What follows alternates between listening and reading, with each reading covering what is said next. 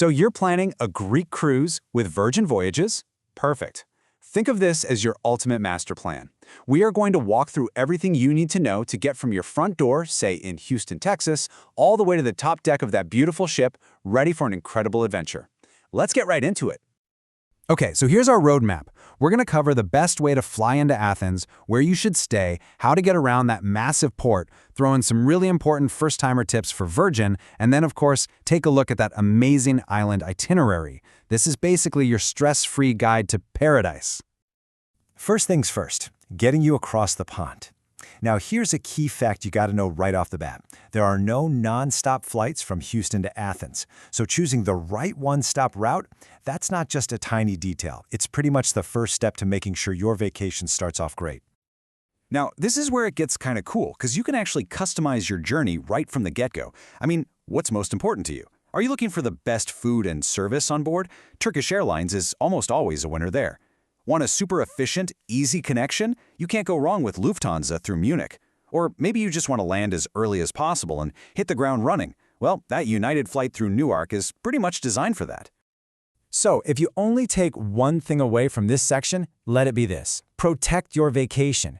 Arriving a day early is your #1 defense against any travel delays. Seriously, a single missed connection on a risky 2-stop flight could put your entire cruise in jeopardy. And trust me on this, splurging on premium economy for that long 10-hour flight, it can make all the difference in how you feel on day one. All right, let's talk about where you'll be staying the night before you set sail. You might not think it's a big deal, but it is. And it really comes down to two very different, but, equally fantastic strategies. And this really illustrates that core choice you have to make. It's that classic head versus heart decision, right? Does your heart want that unforgettable grand send-off? Having dinner with a view of the Parthenon all lit up at night? Or does your head crave that stress-free morning, just waking up, sipping a coffee, and knowing the ship is just a 5-minute ride away? So depending on what you pick, here are some excellent, really highly rated options. If you're going for that city view, the Athens Gate is a huge favorite with cruisers. But if convenience is king for you, well, you can't beat the Phidias Piraeus Hotel. I mean, look at that last point. A free shuttle to the cruise gates. That's an absolute game changer. It's cruise day. You've woken up, you're refreshed, you're excited in Athens. Now let's talk about that final little leg of the journey, getting you to the correct terminal at what is one of Europe's busiest and biggest ports. Okay, so if you chose that grand send-off and you stayed in the city, this is your magic number. A taxi to the port is going to run you about 25 euros. It's a regulated, reliable price for what's usually a 30-minute drive, so it makes it a super simple, stress-free option. But for the savvy traveler, check this out. The X80 Express bus is literally designed for people like you, for cruisers. For just over 4 euros, this air-conditioned bus picks you up right near Syntagma Square and drops you right at the cruise terminals. It's an absolutely amazing value. And here's the crucial point. Piraeus is massive. It is not enough to just tell a driver, take me to the cruise port. You have to know your gate. For Virgin Voyages, it's almost always going to be E11 or E12. Knowing that one little detail saves you from a very, very long, hot walk with all your suitcases. And just for a little bit of local color, one of our sources shared this fantastic quote from their Athenian taxi driver, a guy named Peter. It's just a wonderful reminder that in Athens, history isn't just in the museums, it's literally built right into the walls of the city. Okay, you've made it to the port. Let's switch gears and talk about the ship itself. Because if you have never sailed with Virgin Voyagers before, you gotta know. They do things a little differently. So is this your first time sailing with Virgin? If the answer is yes, you're going to want to listen up.